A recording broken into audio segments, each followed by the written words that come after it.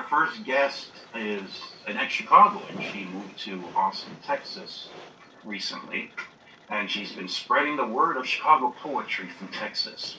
And I'm really glad to have her on the show. She's the editor of Scars. She's a publisher of Scars Publications, and she is the editor of Down in the Dirt magazine, and she's the editor of Children, Churches, and Daddies. She's ran a lot of different venues. He froze. Chicago's favorite poet. She was read most, which I took over from her, and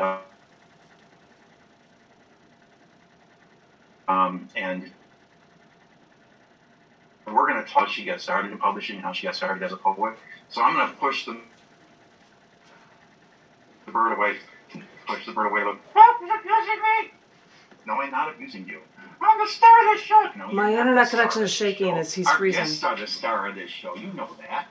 So you got to be next to our guest. I'm not going to show anybody. I know you're not. So, ladies and gentlemen, I want to put my phone back here.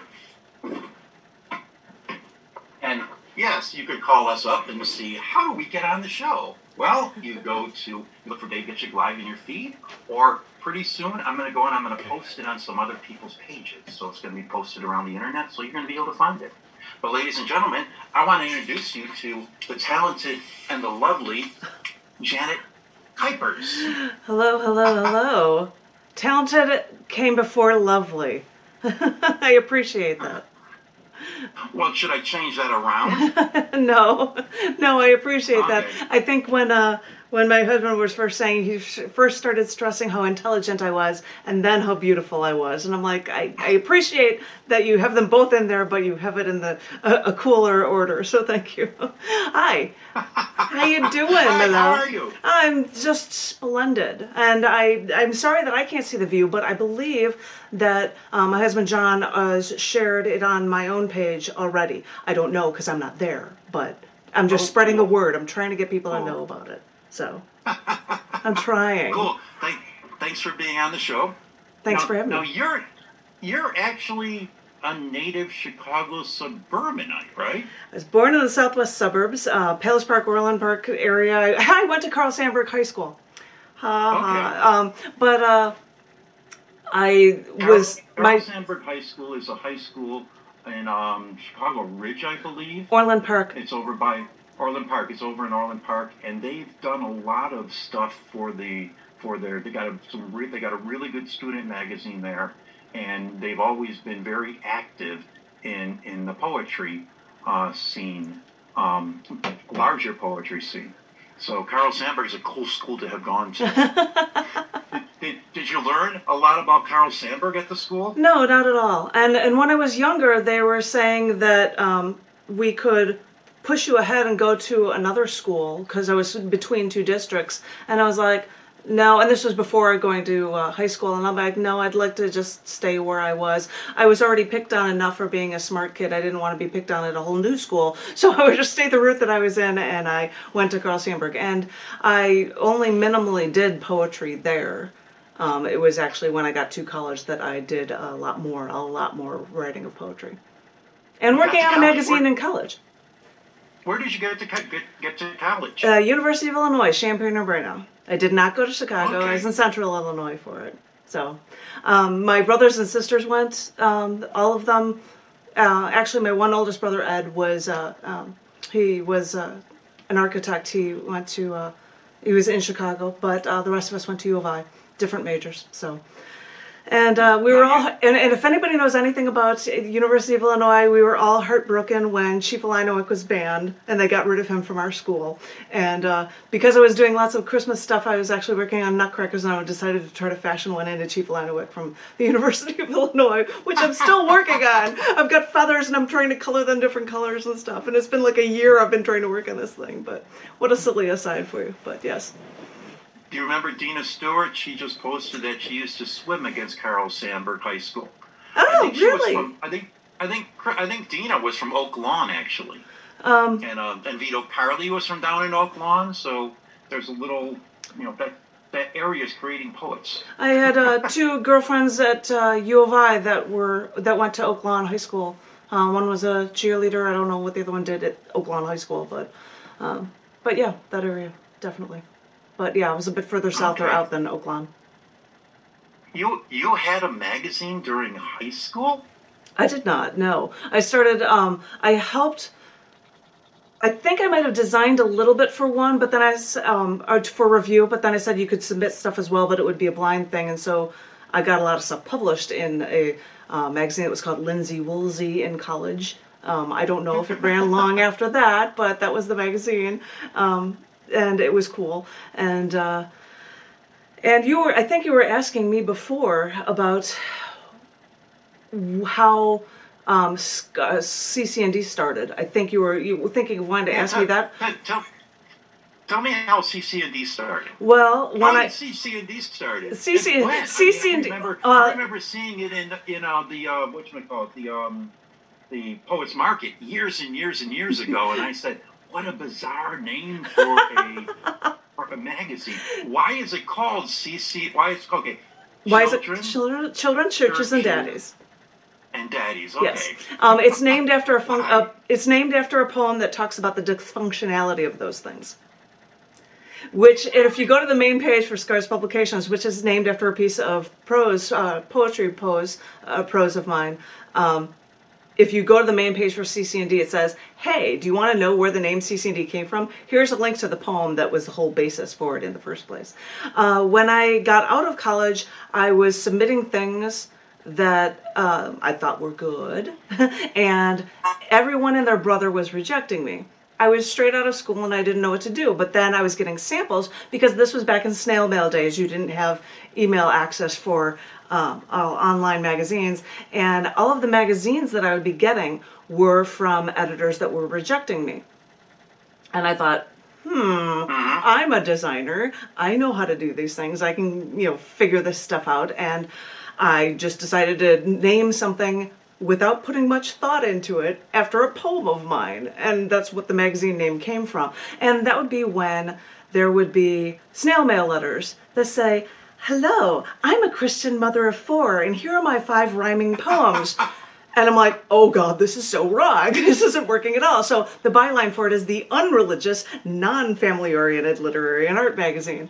And people will send submissions. They're like, well, I don't know how religious this is. I'm like, no, talking religion is fine. It's just don't get the idea that this is, hi, I'm a Christian mother of 4, and these are, that's not the bent that the magazine is on. So we've taken things from prisoners. We've taken things from around not only this country or this continent, but from anywhere from all through Europe to India to Africa, which is really cool, which is one of the wonderful things about having the internet, because I started having it in '94, but then my account had to close for eWorld, I think it was, and so I started one in '96 with AOL, and then I said, well, forget it after a while. I might as well get a domain for Scars. And of course, when you say I want a domain for Scars, well, here are your things for wound repair. And, people think something entirely different for it. And of course, scars.com, that kind of stuff is taken. But I said I do a lot of stuff by the time I was doing open mic stuff, starting in, I think, '95. But by '97, I was doing features. And I was starting to video record them. And so when I started running my own open mic as well, I started recording the beginnings of it because YouTube wouldn't let me have long enough content until I was able to, and I could do the whole show. And so then it seemed really fitting to be able to say Scars.tv because I've got a lot of videos and audios. And I knew people from Tennessee who were sending me lots of audio clips, and they were setting up music to my poetry and stuff. So I'm like, Scars.tv seems like a good angle to put that on if I'm going to take a domain for Scars Publications. And a little aside, in Texas, and you had said, well, she's a Chicagoan, but she's now moved to, and I'm like, no, I'm always a Chicagoan. I'll live here till I'm 90.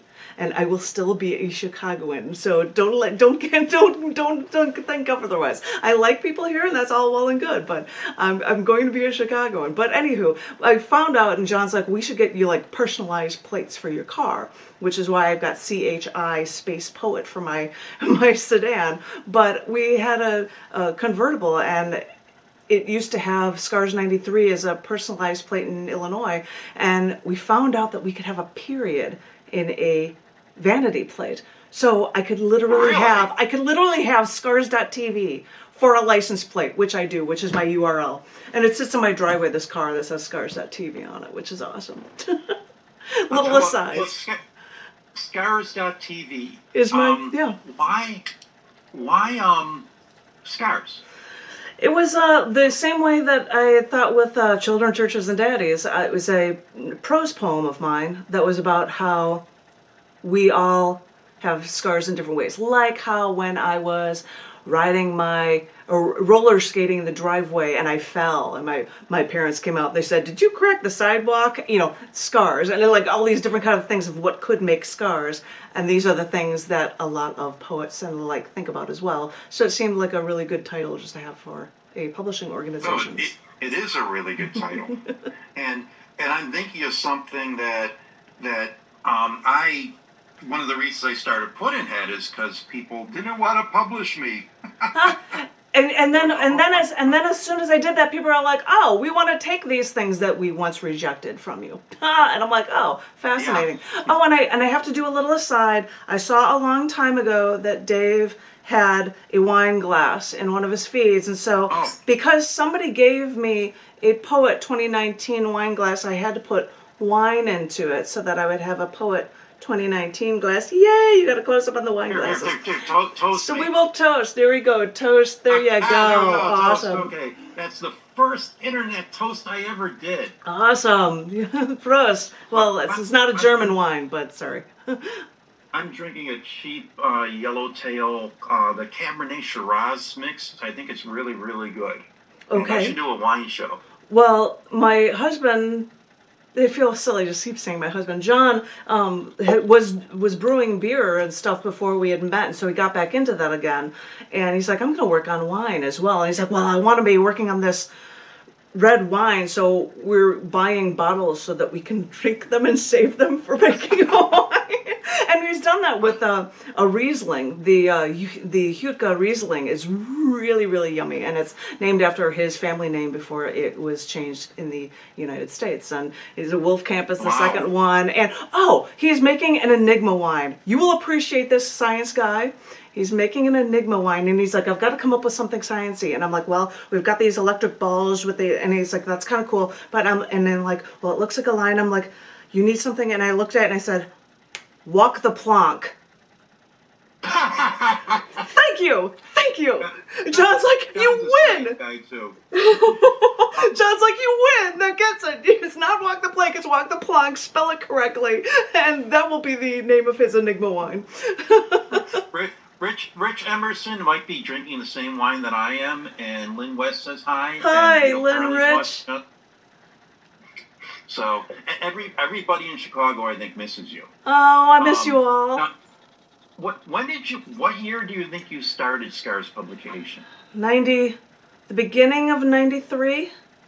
End of 92, beginning of 93. CC&D started, and by the way, it's easier to say CC ampersand D than Children, Churches, and Daddies. And one of the logo changes I've got just says CC&D, but it says everywhere that it's Children, Churches, and Daddies, and the universe, I think, knows this. But CC&D started, the first issue was in June of 1993. Okay. So, yeah. So CC&D started when Scars publication started at the same time. Right about the same time. What was your first publication? That I was published in? No, that you published with Scars. The first issue of CC&D, which was out in June, and it had a similar cover to the first book I ever had done, which is called Hope Just in the Attic. And okay, what year did the first book come out? That was to 92, 93. That was when Scars was starting with it, because people are like, "Oh yeah, we can publish your book. It's only $10,000." And I'm like, Yeah. well, I can do that for less. And so I did something like that and would have copies of the book and donate crates to people because I would buy too many back in the day. Hundreds and hundreds of books. But that was the first book that Scars had done. Who was submitting, and how did you get your submissions for the first CC&D? I was in the Poets magazine. You said you had seen them in the magazines. No, the Poets Market. The Poets Markets, and so people had seen it through that, and I remember old names. Paul Wyman, Mary Winters. These are like from the first year, and Alan Catlin, Linla Lifshin. These people found me, and Alan Catlin has seen me again. It's like sent me things just recently, and has been in issues this year and last. You don't know the name Sierra McGuirt. He's from Nashville, and I know the name because I know that he's done your publications before. I've seen him in CC&D. In CC&D in the early days, like mad. And he had said to me, and he was doing things with an open mic in Nashville, and he had said, "Thank you so much for this. What can I do for you?" And I said, "Start a magazine and publish me." And so he started Penny Dreadful Press and the Penny Dreadful Review, and out there, and he would publish me there. Yeah, yeah, on my suggestion, he started. Which I love it, and I love him, and he is great. And I don't know if he is viewing because I let him know about it, and I heart him. So it's the poetic child of. It's the poetic child of CC&D. Well, he had his own thing before, so I'm not gonna. I just think it's funny that he's like, "What can I do for you? You're doing," and I'm like, "Start a magazine and publish me." And so he started one, which was awesome. Penny Dreadful. But before 1993, before CC&D, before Scars publication. Yeah. When did you write your first poem? I guess that would also explain my first publication as well. I think, Dave, you know the first poem I ever wrote. I was 9 years old. It's the only one that I will admit to that rhymes that I like, and it's called Under the Sea. Under the Sea. Under the Sea, yes. And Under the Sea was your first poem? That was my first poem. It was for a class.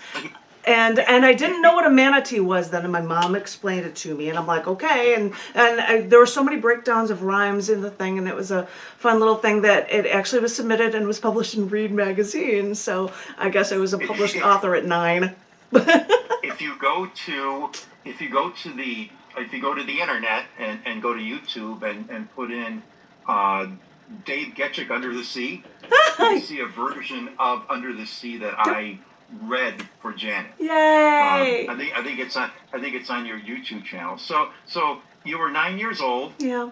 So that was in the very, very extremely late 80s when you were 9 years old. That's kind. But there was no live readings at Carol Sandburg at the time. No, and I didn't know anything about poetry there. Performing publicly. How and where did you start performing publicly? I think probably. Oh, my husband John is showing me because of his sister. We're working on a drawing version of a color version of Under the Sea, and he wanted me to explain to you that this was a manatee. I don't know if people can see it or not, but this is the manatee frame that Cindy had drawn for it. Tilt it a little bit. So now we can see the manatee perfect. There you go. Perfect. Wonderful. So, anyway. Perfect manatee. Very good manatee. Cindy's very good at that. You were asking for where I performed first? Where would you perform first? Now CC&D is children, churches, and daddy. That's what CC&D is. Correct. And if you want to know about it, you can go to scars.tv/CCD.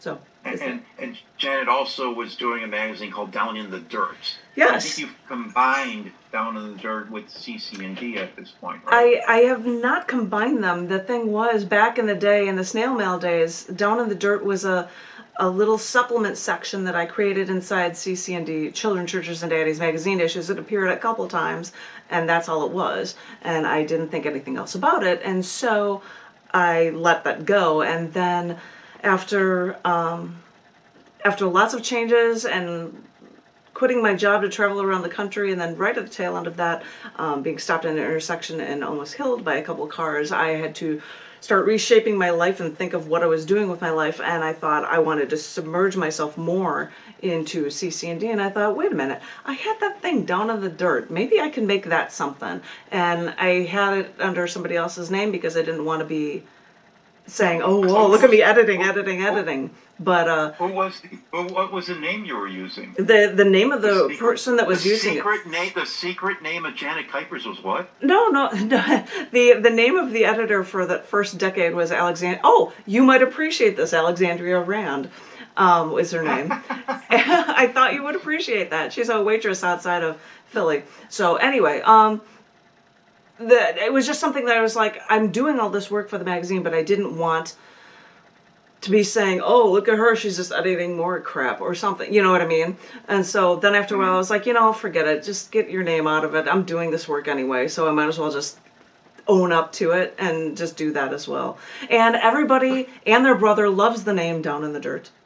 Loves it. Everyone. That is why I had to start saying, okay, there's a max word limit, 1,600 words. You can send me long poems, that's fine, but I'm not reading novels. Forget it. So, and I still get a lot of stuff. So, because everybody likes the name Down the Dirt. Where did you first start performing? Because you're a really good performer. Thank you. A lot of the work that you do is monologue-ish. Yeah. A lot of the work you do is stories. I mean, a lot of the work you do is not poetry. Correct. I mean, it's stories, it's monologues, it's remembrances of things past. Yes. Where did you start doing the performing live? A lot of your performances are theatrical. So did that come out of the blue, or was there some kind of theatrical training in there somewhere? Looking way back in my history, the first time I performed anywhere was singing. It was in college, doing a cappella stuff. I'd work with somebody else and we'd be singing, they might be Giants, Istanbul, not Constantinople harmony, and I'd be doing the low and the guy would be doing the high, and we'd just be, hemming up, but having a great time doing it. I sang in choirs in school, in grade school, I think, in junior high, but I didn't read poetry really until I started in Chicago in, I think it was 95, when with the first time I had read was at Yammer. Does anybody remember Yammer? Lisa Heminger. But Yammer was a reading on the North Side. It was hosted by Lisa Heminger. And what Yammer was at what bar though? It starts with a P. Why I can't. What was it? John just said it starts with a P. I cannot remember, but it's closed now. P. It was at Irving and Sheffield, I believe. It was at Irving and Sheffield. I'm sure Vito Carly's going to tell us the name of it in a second. Splendid. Because he would remember. But he hasn't told us yet. So I need somebody on the other end to like look all. I need an assistant. I need somebody to look up all this stuff for me. So that was Lisa Heminger. In 1990, in the mid-90s, it was a great reading. It ran late at night. I think it got over at 2 o'clock in the morning. But it would go on for 4 hours. And back in the day when it first started, there were like four of us, me and Joanna Marshall, Beth, and John just yelled it was at Joy Blue. That's where it was. That's a P. Joy Blue. Which does not start with a P, so John didn't have it on that one. But but it was just us sitting there with a cup of water up in a circle and reading to each other. And I would read, things like Too Far and ones that I'm known for at the time for. But then it got huge. I believe she had Tom Henke become an assistant of some sort, and that was right about, or a sidekick or whatever, and that was right about the time when after I was traveling, I was going to travel and go around the country, which she gave me a mini feature there, which doesn't really happen there, but then I said, at least if I'm going to be moving to Pennsylvania, in the middle, in a suburb that had nothing, but at least a half hour away, I could get a post office in Intercourse, Pennsylvania. So I said, if I'm going to be there, I might as well have a good address for my magazine. So I did that. But we were only there for 6 months. Job wasn't that great, or the environment was worse. I don't know what it was, but You were living in Chicago at the time that you discovered Yammer, yes. that you started hanging out at Yammer. Yep. What other early venues did you go to? Well, as you might have gathered, David Rubin's piece, show, which was at Cafe Aloha, which then went to the cafe that Charlie Newman then took it over, and after that I took it over from there, which then you took it over. I'm so sorry that they're in close down now and you can't continue there right now. But Anacron and Crystal at Damon North of Milwaukee. yeah, you were talking about it just last week at Mad Bar. Okay, there was Estelle's. There was Estelle's. Mad Bar was near there. Mad Bar I went to was more than Borderline. Estelle's. Mad Bar I went to more than Estelle's.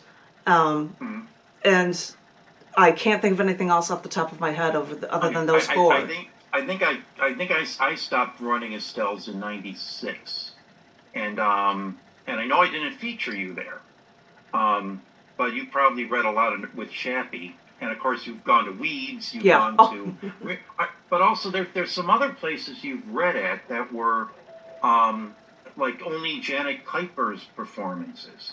I remember one in Lake County. There was some little place in Lake County. Every once in a while I would get features at locations, and that was at a hookah lounge. Hookah bar, yeah. That was, I can't even remember what the place was called, but they did a video nonsense, and that you could have hour-long shows. I believe, and I know that Wes Hines put up posts and stuff. He would do performances there as well. And it was fun to do that because as I had started doing shows, here's a funny one for you. After I had this travel around the country, was in an accident, I came back, I'm like, wait, David Rubin has this thing, and he did it weekly. And then I have an accident, engaged to get married, and come back. So nearly a year goes by.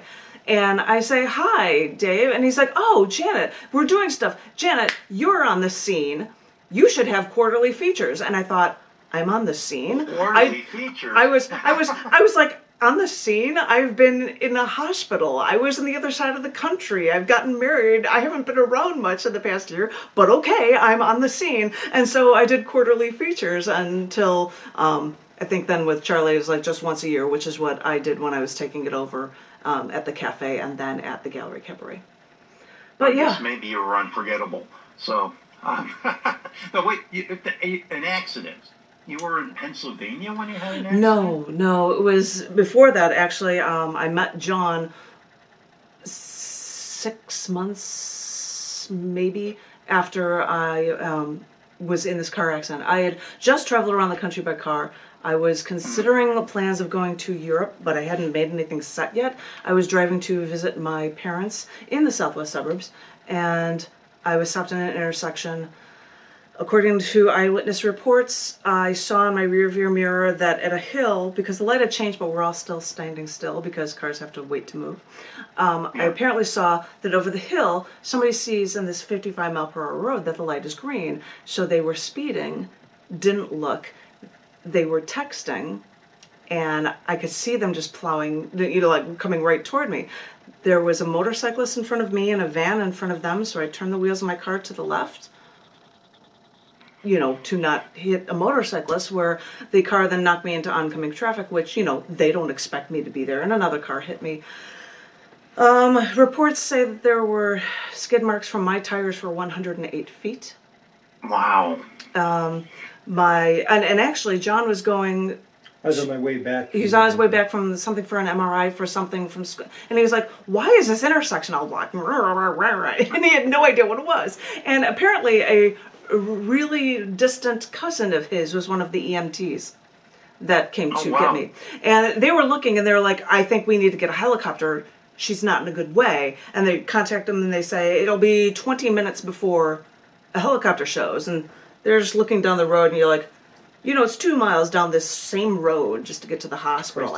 I think we can just do it. We won't get this, and we'll just go and take off. And so it was a bad accident, but you survived it okay. Yeah. Well, whether or not I survived it okay or not is all subjective. Okay.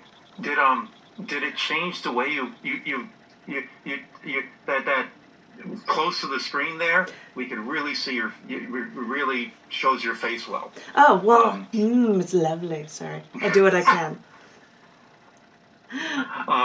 But did that change your poetry at all? Did Almost Dying change your poetry? I think it's. I'm sure it changed me, but I cannot say how. You know, I'm not one to be able to judge myself. I know that I still write things very news editorial wise, like my major at the University of Illinois Champaign-Urbana, or whatnot. That was my major, and I like to freak people out when I say when I went there I started as a computer science engineer. But you didn't have you didn't go down a tunnel and the light shined on you and said you are a poet or anything like that. No, nothing like that. But I just thought with the life experiences and getting older, I said I don't think I want to be doing this with my life. But I find myself writing and taking pictures still, so I thought journalism was the way to go with the focus on graphic design, which is what I still do. Ergo Scars Publications. You do a lot of photography work. Mm-hmm. Did you ever have any photography training? Other than what courses I've had in college, if a news editorial journalism major could have a minor, I would have a minor in photography. But they don't offer that for your bachelor degrees, so I have the equivalent of a minor in photography. But it's just because of all the coursework I've had. So I just like it. The end. I know. So Scars Publication, how can we find Scars Publications? Well, as I said, the website's pretty straightforward, scars, SCARS.tv.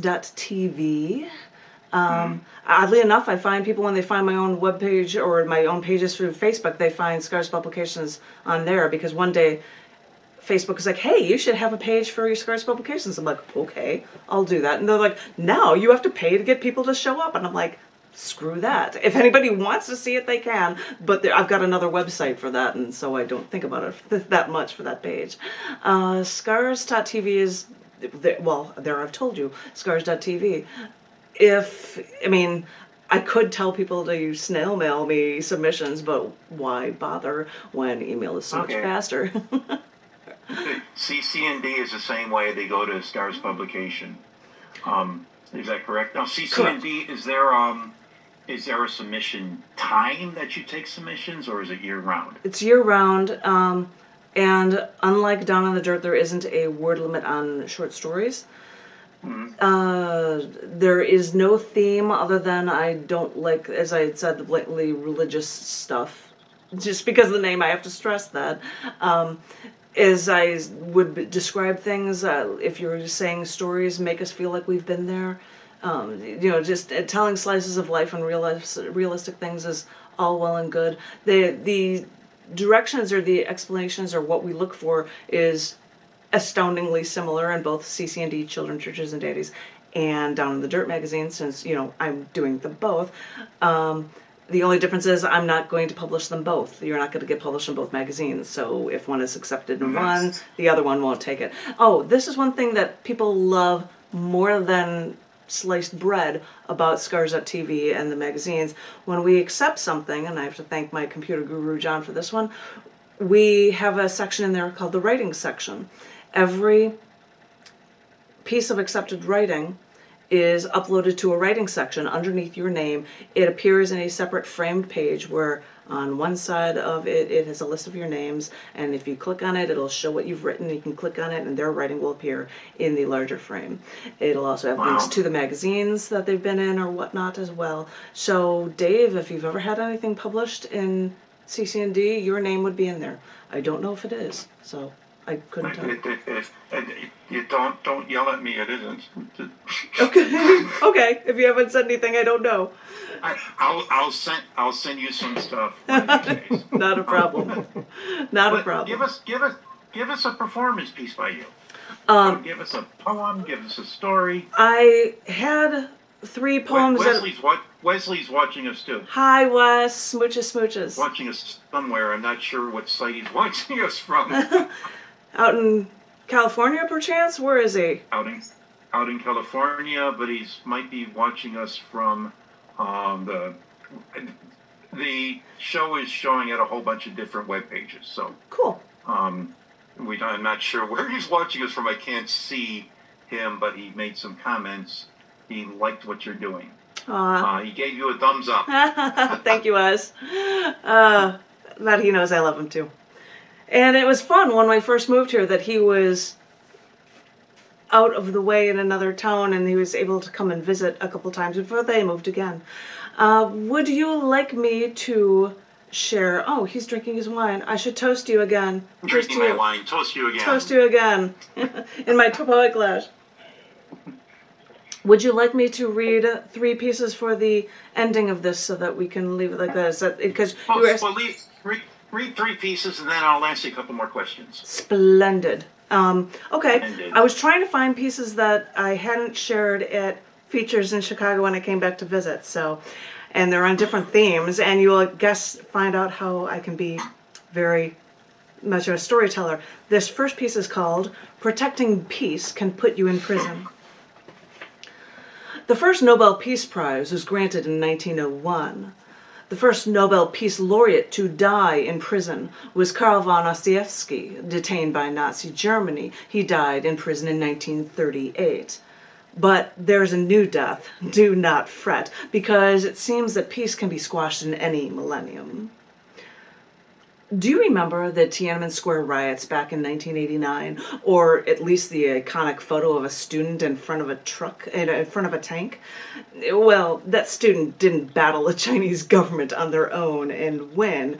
They had help from Liu Xiaobo, the man for peace, who was revered for his work. But the Chinese government stopped him in 2008 because he was drafting and promoting a manifesto promoting peaceful political change. And for this, the Chinese government imprisoned him for subversion.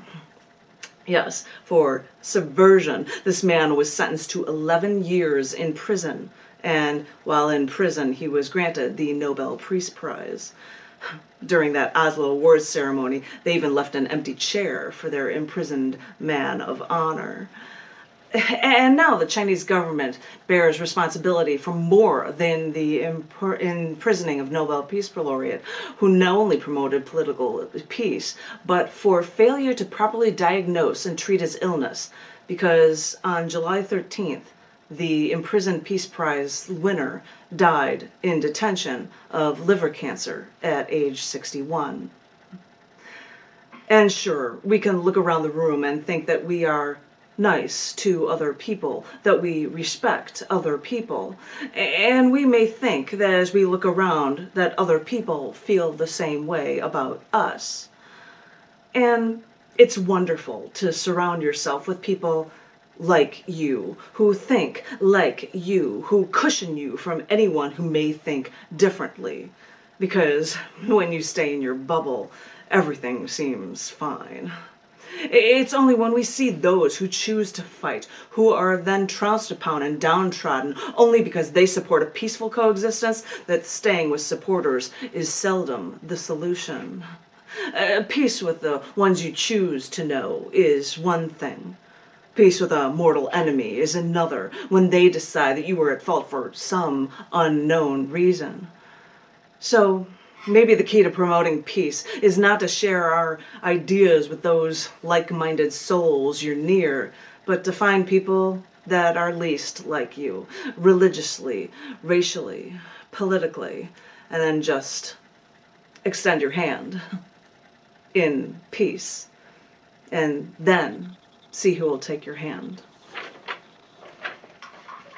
And I get applause from one person. Thank you, thank you, thank you. You know what? You did a great performance. One person clapped, but my ego was soaring high because you did a performance just for me. I did. Yeah, you did. And I'm the only one who gets to clap. Oh, and that was awesome. And thank you for that. I don't get to hear claps like that. That's so cool. Oh, applause! Applause! Yay! And the crowd goes wild. Sorry. when you do a Zoom reading, you Nobody. don't hear the other people that are applauding. Yeah. Lynn West says bravo though, and Wesley Hines says good poem, good reading. But But you do a Zoom reading. How often do you do your Zoom reading? The Zoom meetings are for an open mic that I do here in Austin. The name was started when I did a show. I believe it was in 2014, and I gave everyone cards so that they could have their poetic license. And so I said, I'm going to call this Poetic License. So once a month on the first Sunday of every month from 3:30 to 5:30 Central Standard Time, we run a Zoom meeting, and every one of their brothers invited. I believe Dave has been there. I believe Lynn West has been there. I believe Vito has been there. And there are people from, it's cool when people from Chicago and from Austin, and then our Zoom sponsor, so I can have an unlimited sponsor time, is John F. McMillan from New York, and so then I get people from and other friends from Leeds. I've got, and it's cool to have people from around the world coming instead of just having the handful of people that might come to a bookstore the way it originally was before pandemic times. So yes, that's going on. How can people get into that? Poetic License. Contact me if you want more info about it, but there is a Zoom meeting that runs, and I usually set up an event page for it that will show the link to it that anybody can go to and be a part of it. Are you on Facebook? What? Me? Janet Kuypers? Kuypers? Kuypers? Yes. Yes, I am. Kuypers. Correct, sir. Very correct. Yeah. You could find her right now on Facebook and send her a message if you want. Except I won't respond right away because I happen to be here. I heart you. You can respond anytime. Well, you get the idea. Busy times. Vishnu here only has 8 arms. Can't do it all. Yes, Lynn, she's on Facebook. Sweet. Yep. Yes, Lynn. Yeah, she knows. What's your email? I love sharing it, but if you know my name, at gmail.com, JanetKuypers@gmail.com is the easiest way. Otherwise, Scars Publications has no space, no space, no nothing. Anything Nope. I also hear that if you have a dot or period in your name, if you don't have it in there, it will still get through to you. But I don't know that for positive because I think my husband does that, but I don't know. So, but yeah, just my name at Gmail, blah. It's pretty straightforward. Or if you see me on Facebook, say, hey, how can I get a hold of you? And whatever, I can do that too. It's fine. Or find me on Scars.tv and say, hey, you, or something. Whatever works. Give us another poem. Okay, this is actually a very, very recent one. I'm saving my fluffy light one for the end one, but this one I'm saying for Dave. I hope you will appreciate it. This is a poem. It's sciencey. And it's called Sciencey! Yay! And it's titled, You Have No Idea. I am telling you that because those are the last words of the poem. You've been warned. It's titled, You Have No Idea. We try to understand the details. We research, we study the core of the matter, and we believe we understand it all. Until we find out that we're missing pieces. We're only seeing a tiny fraction of what makes things work the way they do. Astrophysicists and science philosophers have tried to unravel the key to the universe, and only now, speculate a theory. And these science types live on theories. I mean, that's why they call it the Big Bang Theory. We may have evidence, but no proof. So, in this effort to understand why the pieces don't all seem to fit into place, they make a theory they can't know. For if something controls the physics, controlling things in ways we don't understand, then maybe we're not meant to see what controls it all. If there is something these science types don't understand, they don't turn to a god, for it's their thing to come up with theories that they can try to prove or disprove. So they came up with dark matter. They research and they look for evidence so they can hypothesize about this magical stuff, this theoretical stuff we can't see.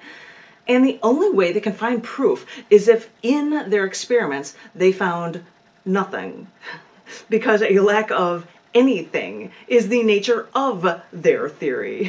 For it's impossible to even see their dark matter theory in the first place. So, after all this guesswork, if things still don't make enough sense to them, they hypothesize then about something called dark energy.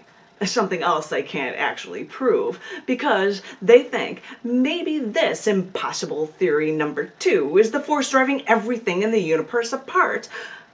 that would make sense. Look at these puzzles. Look at the preposterous nature of the lack of a preponderance of evidence. And imagine that this is how these science types formulate theories the rest of us are supposed to blindly believe. You think you know me. You see the pieces I spoon feed you. You say you understand. But you have no idea. You know what this is, Jim? You said that there's no such thing as a scientific theory because we can't tell if things are gonna happen all the time. Yeah, but that was like poo-pooed by Immanuel Kant. Oh, see, like I told you, you need to learn more German philosophers before you just jump into stuff. Jeez, Bennett, will you tell the bird to read more German philosophers? It's always valuable to read as many different philosophers and get as many different ideas so that you can come up with a well-rounded solution, a well-rounded theory of your own based on as much knowledge as you can get, Mr. Bird. So keep chugging at it and keep working on it, all right, man? I hate having to work. Don't you just tell me? Okay, I'll tell you later. I'm sorry about that, Janet. That's quite all right. That's quite all right. It's been a problem ever since I left that Nietzsche YouTube thing on. So I don't know. Anyways, anything else to say to last words for our audience? I got another guest coming on. I got Terry Jacobus. Who's he? He's a guy. Okay. He's a guy. Do I have time to share this last one with you? Do the last one. Sure. This one is titled, from a book that's coming from somebody else for me, titled Eternal Never-Ending Now. We struggle in our worlds. We contend with regular problems and we look for relief in any way we can. We think a vacation will temporarily assuage how we feel, and it does. And then it's back to the same old grind, that same never-ending meaninglessness. I know it's hard. I know it seems hopeless. But I want to ask you, can you think of a moment? Can you pause and think of a time in your life, any time, when you felt at peace? It may have seemed a lifetime ago. Maybe it was at a beach at sunset, listening to the waves crash, or maybe it was sitting along a mountainside and watching the little cars driving around on the little roads below, or maybe it was jumping into a vat of fresh soybeans after a farmer said to look around the farm, and all you could smell is that wheat and the dew from all the lush green around you. I won't bring up references to bubble baths or baseball games. Just think of whatever works for you and remember it. And what I want you to do is find that moment, and you may realize that time then seemed to just stand still. There was no past, there was no future. There was just an eternal, never-ending now that didn't end. During that moment, you don't even remember it ending. It was that complete. So, if you can remember those times, if you can reflect on those times, then know that the perfect moment of completeness, of wholeness, is within you. Find it, and know that peace is with you, always.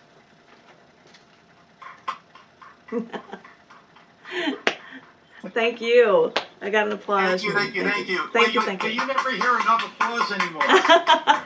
You know, I ran the open mic and I had canned applause. I'm like, here's your canned applause. Yay, you're awesome. But it took too long to do it. So it's just everybody put up their little hand symbols. Yeah. But thank you. That's somehow not the same as hearing it. Of course. No one ever applauds me. That's by design. You don't really exist. Oh. Okay. Give it up for the bird. Bird is the word. Something. What?